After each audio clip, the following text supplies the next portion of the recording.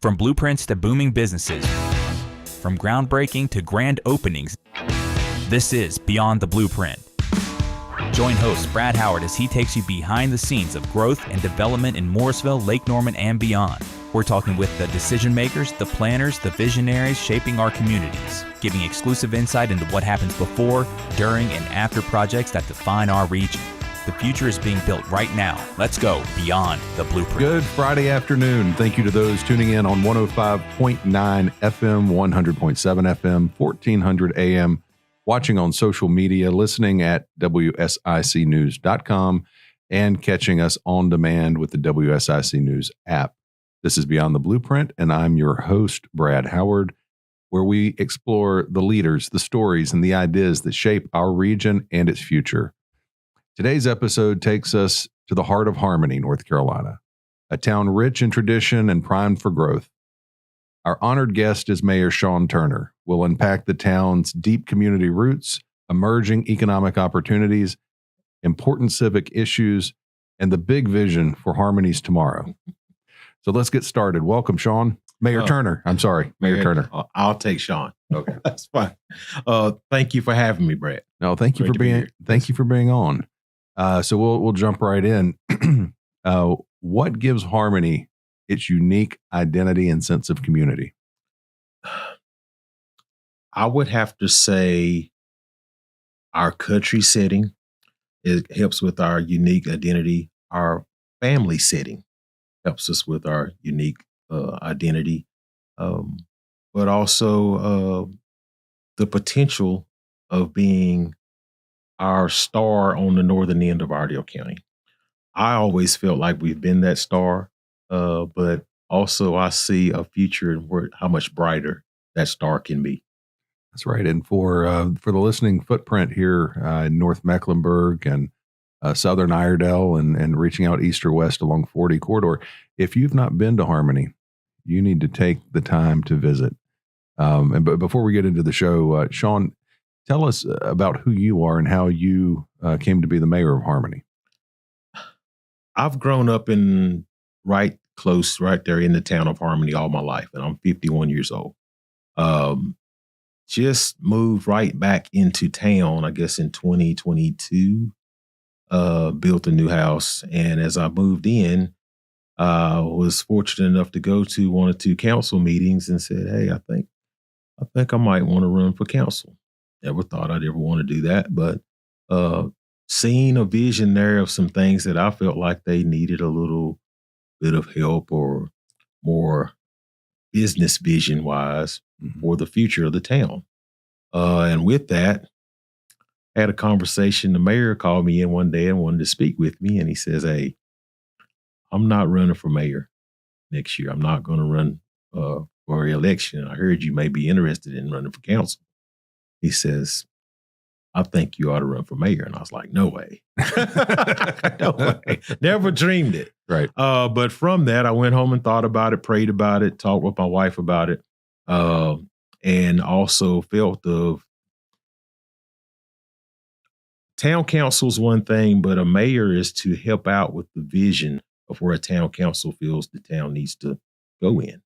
And that's exactly how the mayor spoke to me about it. He says, "The vision I had for Harmony, so many of the things I've done, and I don't feel like I can go any further. They need a new vision. The council does." He says, "And I feel like you would be a great person to lead that on." So that's kind of how I've gotten to the position. That's how you got there. That's how I've gotten there. That's how you got in trouble. That's how I got in trouble. Now my trouble is to be able to take that vision and move it forward along with the council and also with the town members of the town right now. Okay, and we'll get into that a little deeper into the policy side in a minute. But let's back up and talk about Harmony in general. So one of the first times we really started talking about Harmony, and I think there's a great story behind it. Yeah. And it starts with the Harmony Hill Camp meeting, and you are the best. You are the best. The way you present the story of Harmony, it made me want to pay attention. And I brought other people into you, and they are so intrigued, and they see what Harmony, the potential of the foundation that's there. So talk about the Harmony Hill camp meeting and sort of the history of how everything began. Right. And as you get into the early years, and when I say the early years, we get on into the 1800s. Okay. We get on deep into the 1800s before there was actually a town, or official town. And people would come to the Harmony Hill camp meeting for a week revival. They would come and camp out in the town of Harmony and have a week revival in the town of Harmony. Not just people from Harmony, not just people from Iredell County, but all over the state. All over the state. If you look that up in the Harmony Hill camp meeting, this is an historic event that is listed with the state of North Carolina. And there's a plaque on the corner there. Yes, and it tells the story. That's exactly. So tell the story about the singing and and when you get into it, the Do Re Mi singing. Mm-hmm. If anybody's familiar with that, was really big in those days. Mm-hmm. So from the Do Re Mi singing, they took from the music notes and came up with the name Harmony. And that's where we developed the name, the town of Harmony, which I think was established in the early 1900s, somewhere around 1903, I think, or so, when we were incorporated. Also, that's how the Harmony School got started. Okay. And the Harmony School was started before even Iredell State School or Iredell County Schools was established, that it was the Harmony Farm School. Harmony Farm School. Where is that, or where was that located? That location is still at the same location where Harmony Elementary School is right now. Okay. Yes. Wow. And at this exact same location, if you've ever been to Harmony School, there's a slight incline from Highway 21 up to the school at the school's entrance. That was what they called the Harmony Hill. That was Harmony Hill. That was the Harmony Hill. And right to the left of where the old white building, which is still standing to this day, and is one of the original buildings from the original farm school, that's where the Harmony Hill camp meeting was held. And we get into that, parents would bring their kids from much further than Statesville areas and would have them come to the Harmony Farm School and attend the Harmony Farm School. So when we talk about agriculture and we talk about the northern end of Iredell County, Harmony was the place. Harmony was the place. And on that note, how do you feel that the agricultural roots of Harmony and the areas surrounding, how did that shape your life? How did that shape everyone's life in the way? How do I feel like it shaped their life? Yeah. I feel like it's still shaping it to this day. I feel like, just as I spoke just a few weeks ago at the Farm City dinner, and the Iredell County Cooperative Extension invited me to speak. And one of the things I talked about was the ownership of farmland and how it's family owned. Agriculture is the leading industry in Iredell County. And the leading industry in Iredell County is owned property-wise by families and has been for hundreds of years. And I feel like that's how deep our roots go into agriculture and the northern end of Iredell County today. And I know that that's a topic that we can get really deep into the weeds on, and we're going to when we come back from the break and talk about the agricultural side driving Iredell County's economy. And especially if you live, Troutman or South, you don't really understand. So I won't, and that's part of why we're here on the show today, is we want people to understand the broader picture of Iredell County. So we're with Mayor Sean Turner. This is Beyond the Blueprint, and we will be right back. And we're back on Beyond the Blueprint. We are joined today by Mayor Sean Turner of Harmony, North Carolina, a town just north of Statesville, and learning about the deep, rich history of Harmony, about the traditions, about the economic impact that the agricultural industry has in that region of the county. So before we go into the economic side, I wanted to ask Sean, our Mayor Turner, one more question about traditions. So you have a lot of family farms. I think we talked about the number. So you have the young and the old. how are the different generations collaborating together to save and preserve the farms? What are the things that the previous generation was looking for versus the current generation, and how does that work in synergy together, moving Harmony forward? I would say the usage of the land. Okay. When I say the importance of what the agriculture industry is to Iredell County, and why I say the ownership of the families and owning the land, take it that these guys are making revenue off of family owned land in northern Iredell County that's been owned by families for over 100 years, some longer than that. And we were talking about just the number of active farms in Iredell County, and you gave me a number of 894. 894 farms, and this is as of 2022. As of 2022 in Iredell County. All right, and that incorporated almost 119,000 acres. 119,000 acres, with an average farm being at least 130 acres per farm. So, the economic impact that the agriculture industry has on not just Iredell, the town of Harmony, Iredell County, and the state of North Carolina, people, especially people that live in the more urbanized areas like Troutman, more so Mooresville and into North Meck, may not realize the just right outside of the city what's right there. Maybe help with some of the numbers. I mean, where do we rank as far as dairy, beef, dairy, or different segments of the agricultural space? Iredell County is the leading county in the state of North Carolina in dairy production. We're number one in dairy production. We're number two in the state to Randolph County, just in the number of cattle, whether it be dairy and beef cattle. And when we talk about numbers, cash receipts sold for Iredell County in 2022 was $171 million. So that's just the cash receipts and the impact that they do on sales. But the other parts that we don't talk about is how these farmers affect other businesses.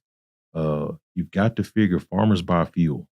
They buy tires. That's right. You got to take the product from the farm to the processing to the market. Yeah, exactly. We hire truckers, so trucking businesses. So many things of how agriculture impacts the whole entire community, or whole entire county as a whole, as far as cash flow. Right. And not just cash flow is, I love to eat. And I understand where the food comes from. Right. And I think, people should do more research into the foods and whatnot that they are eating, and, support local, buy local. And I know later on we'll touch on that, and, some of the things some of the projects you've been working on. But we're going to focus on this segment in the economic, the economic growth side of it. So, how is Harmony supporting the local business resilience for economic growth? I mean, how does the town support the farmers? As the town of Harmony, we are not expanded out into actual farmland. There's only a few pieces of farmland that are attached to the city limits of Harmony. So we're not able to support but so much of that, but we are very supportive of things outside of our city limits, and being able to reach out with our county commissioners, with our local government, with our state legislative people, to be able to help out as far as keeping that income in Iredell County and keeping that income flowing. Right. And you're not just helping out the large farmers, you're helping out the small farmers too. And I know you and I have talked at length about the farmers markets. Yes. and the program, and getting multiple markets established across the county. Right. Just as I came in as mayor, we worked on starting from April to October, every second Friday, having a local farmers market once a month, and reached out to not just farmers within Harmony, mm-hmm. but outside of Harmony, to be able to bring in local foods, local grown foods. With that, I've worked with others to be able to get those markets maybe started in Statesville, maybe started in the southern end of the county, to give opportunities to these other small farmers to have another avenue to be able to sell their product. Right. And then also we've talked about possible programs, and I don't know if they're in effect yet, that could help some of the folks maybe that don't have the capital yet to grow to the next level, to be able to add more value to what they're growing and what they're producing. And like instead of selling an apple, selling an apple jam, and taking it and creating the value to create more revenue out of that product instead of just a commodity. You said it best in certain ways, but value added. Right. That's exactly where we want farmers to be able to go. But we want that to even go to our small farmers, to be able to do some type of value added use of the commodity that they're growing, and to be able to sell it locally at a retail price. You have to say that farmers have to buy all of their material at a retail price, grow it, and then most farmers are never able to sell at a retail price. Right. They have to sell it at a wholesale price. Right. And it kind of leaves your small farmers left in the dust. So we would like to help create different opportunities for those smaller farmers to be able to have revenue, and that's going to be the survival of the small farmers. And really, that's going to be the survival of we as locals, because then we'll know where our food comes from. Right. And I think people are having that dialogue more so these days than they have in the past about making sure they're trying to buy things more local, less processed foods. Yes. People are more in tune and aware about what they put into their bodies. Yes. So, which is completely, different. Just because you say, oh, I grew up eating that, and we tell my kids that what they're eating is not what I'm eating, because it's so many chemicals in what they're eating today that weren't there when I was a kid, and my grandparents and parents, the same thing before. It was all natural food, raw food. And you'll notice too that people were living longer. Right. And I remember my grandparents ate everything that you weren't supposed to eat, but it all came within, we know where it all came from. Right. Less processed. Less processed. Yep. So on that, and the economic side of this, so other than just the farming side, there's agritourism. There's other ways in other industries to create revenue and awareness. What do you focus on? Any of those, like the agritourism side? I have been to events. I've been to meetings that help promote more agritourism. Howard's Family Farm, just right north of Harmony, right there, kind of between Harmony and Union Grove, is a great avenue of seeing how agritourism works, where they grow the tomato, the strawberries, they grow sweet corn, but they also have field trips. They bring schools in, they bring the parents in to be able to see these things and how the food is grown. They'll send them home with a pumpkin. They've donated pumpkins to our fall festival for us to give to kids, and then to let them know where these pumpkins come from and that they're local and how they're grown. Right. And also on the industry side, are there any specific industries to help people understand the whole farm to market side? Are there any industries located in Iredell County that are growing? They grow the food, then they take the food and they produce a product. And then, anybody that's really utilizing all of the resources the county offers to get a retail product out? There probably are some. I'm just trying to think of some. Especially with your dairy, you have different ones. We have Southern Distillery that processes and makes liquor, right? But also and hand sanitizer. Hand sanitizer. I remember during COVID, there was a lot of hand sanitizer going around this part. Yes, and Pete, a friend of mine, had an event there just a couple months ago at his place. Pete, in the year of 2024, if I'm correct, Southern Distillery was the top agricultural exporter in the state of North Carolina. So that's right here in Iredell County. Yeah, I know. I did a tour there once, and I was just very intrigued how all the corn, all the grain is grown in Iredell, and it's moved there, and then all the byproduct is sent back to the farm, and Right. it's a complete. It's biodynamic, I guess. Everything That's everything is utilized. The distillery grain is taken right back out to a local dairy farm, Right. if I'm correct. Right. Yes, and a lot of those grains are being grown right here locally, which is giving an avenue to our grain farmers to have someone to sell their product. Right. So, and we're getting ready to take a break. We're going to continue the discussion on the economic impact and agritourism. And also now we're going to start touching on some politics and zoning questions that may come up. So Brad Howard with Mayor Sean Turner of Harmony, and we'll be right back. And we're back. That's Brad Howard and Beyond the Blueprint. We are joined today by Mayor Sean Turner of the town of Harmony.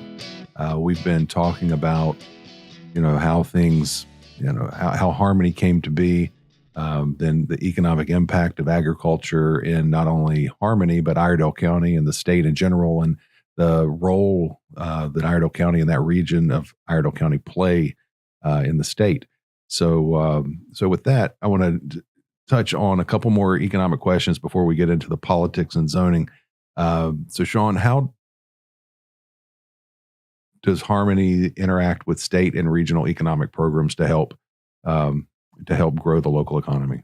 I would say our state legislative leaders, Vicky Sawyer and Jeff McNeely, have reached out, and I have reached out to them and had some opportunities to be able to have some assistance with our public utility, that we have with our sewer in the town of Harmony, which has been a great help to relieve the town and the residents of that cost. So in 2003, when the town of Harmony was awarded a grant from George W. Bush to get a sewer line going through there in a sewer plant, from that, we did that not just for the residents, but for businesses.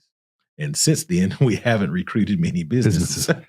But that's part of where we're going to now, and working with our current council.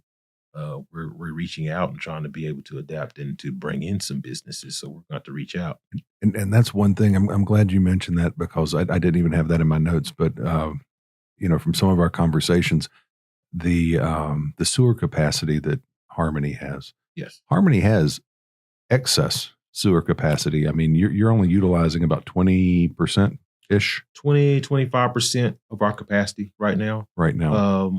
And we were just awarded a community block grant through Representative Pat Harrigan's office, USDA, which ours came through the budget just a few weeks ago. Oh, congratulations. As the government reopened from that. So thank you to Representative Harrigan and helping us with that. And the money that we're receiving from that grant will help us out with our sewer line extension to Tomlin Mill Road to get us close to I-77, which was very much needed for revenue to help out with the town of Harmony.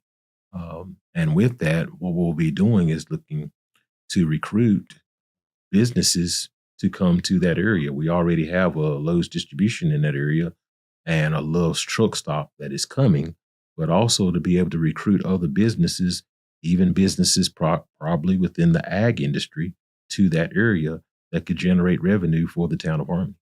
Because that sewer line, I mean, when you have 80% capacity left on the plant, and that's a major sewer line, get the industries out closer to 77, Yes. That maybe they had been looking at Mooresville, Troutman, Statesville, or maybe Harmony, or maybe, that area is a better fit for what they're doing. It now opens them up the option to choose Harmony.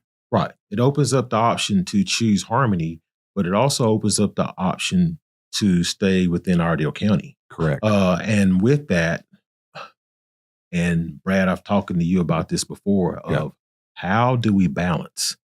We need a balance. And with that, on the northern end of Iredell County, which I just stated a while ago, of having all the farmland within Iredell County, you have to understand where we need a balance with businesses to help us out with that tax rate of the cost that we need. And one big one on that is the Harmony Fire District always has to reach back out to Iredell County because we don't bring in enough fire tax money to cover our district. By bringing in businesses to that area, that would help us out with our fire tax, so the county doesn't have to reach in a different pot to get us more money to cover our fire tax for the Harmony district. I agreed, and you just mentioned balance, right? So, and how is the how do the local residents embrace the change? I guess should be the first question, and then I'll lead that into my next question. Some of the older ones don't like it. Some of the younger ones and younger generations understand it. There has to be a balance. In order for agriculture to be able to withstand and to stay, we have to have industry. We have to have business. Housing is tough, but people have to have somewhere to live. With that being said, when you have more houses come, there's more cost. There's more cost when you have emergency services, when you have to have schools.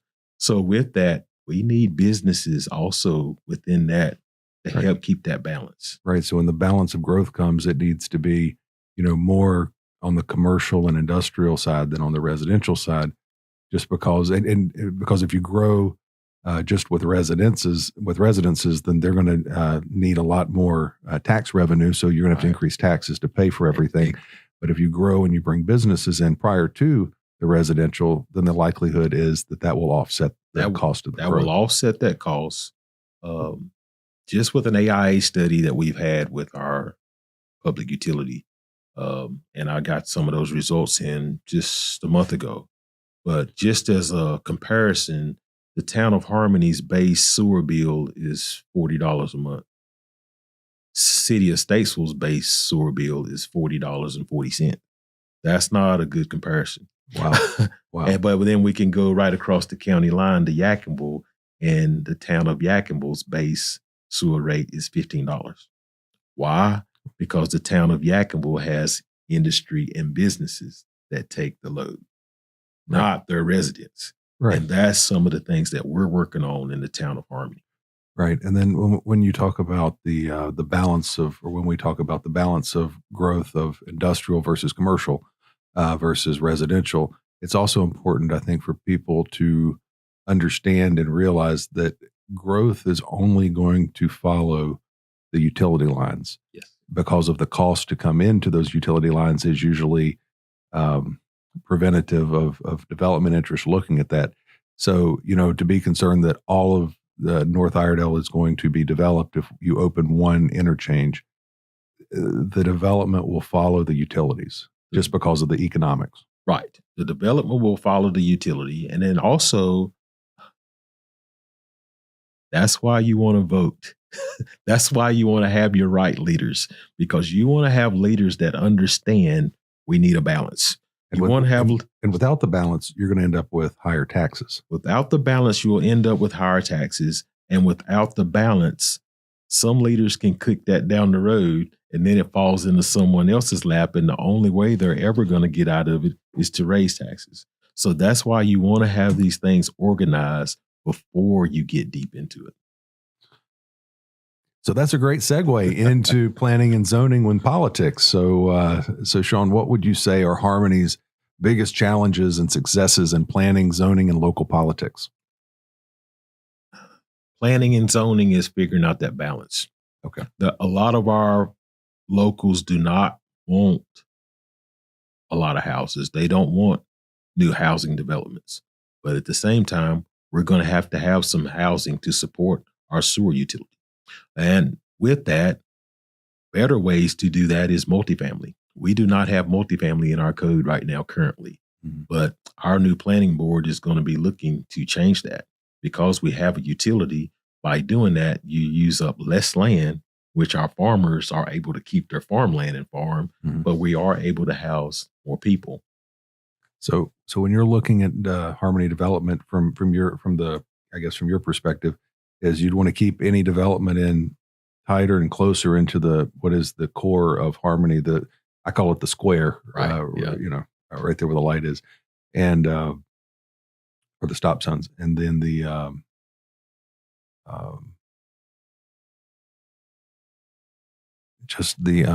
farmland stay farmland. The farmland stays farmland, right? So everything stays together. The farmland, the farmland stays preserved and working as a farm, the development, the commercial and residential stays tucked into the town, or as you extend sewers out to the interstate, there's a pocket out along 77 that would be developed. That our county is already deemed to be zoned that way.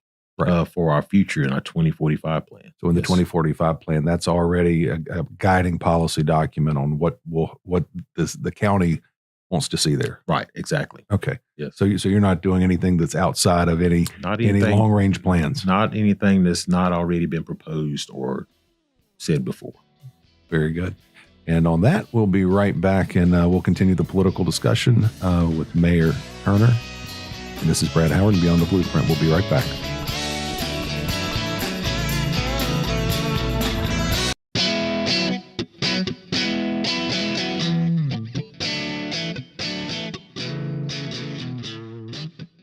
And we're back. It's Beyond the Blueprint. I'm your host, Brad Howard. We are joined today by Mayor Sean Turner of the town of Harmony.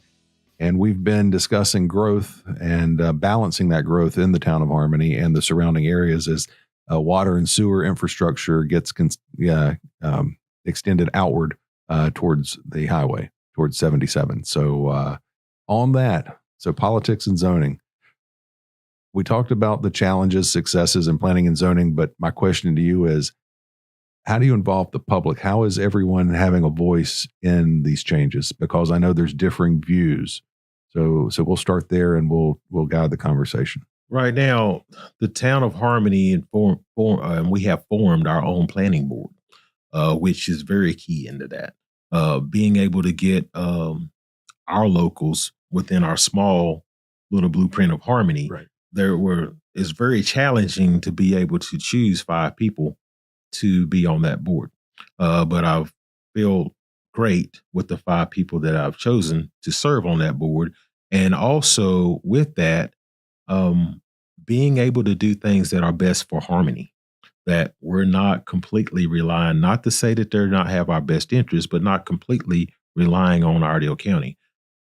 We want it to be that we have the best interests for the residents of the town of Harmony. So by having that planning board and then where we're going to have future planning board meetings, they can come to the town hall in the town of Harmony, come to our town hall meetings, but also our planning board meetings to give public insight on how they would like to see our future in the town of Harmony.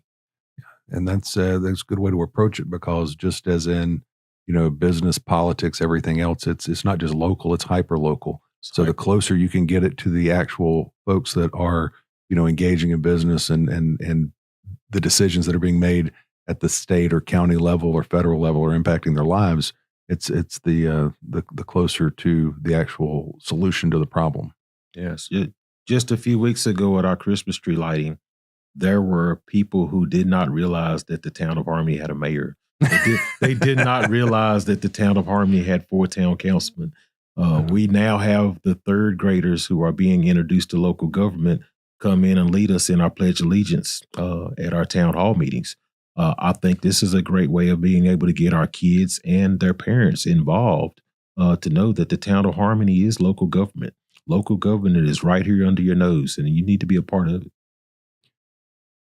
So how do you, so you are encouraging a lot of the folks to finally get involved.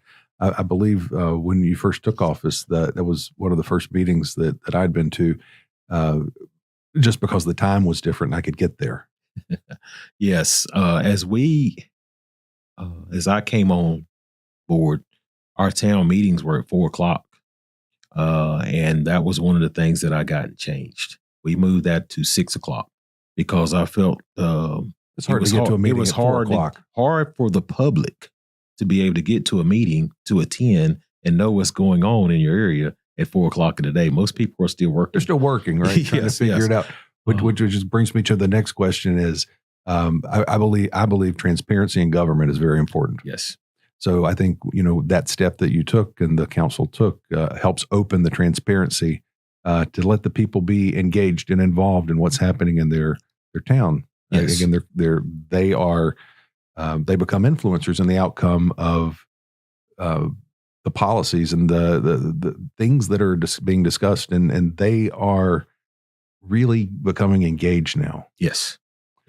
And I will say, as an 8th grader at Harmony School, I was voted in to be on the student council. As I was voted in to be on student council, they put the 5 of us in a science lab room and said, hey, we want you guys to think of something to bring the community together. Mhm. And we came up with the idea of doing a Harmony Christmas parade. And we thought we would get laughed at. And our teachers and leaders said, hey, you know what? That's a great idea.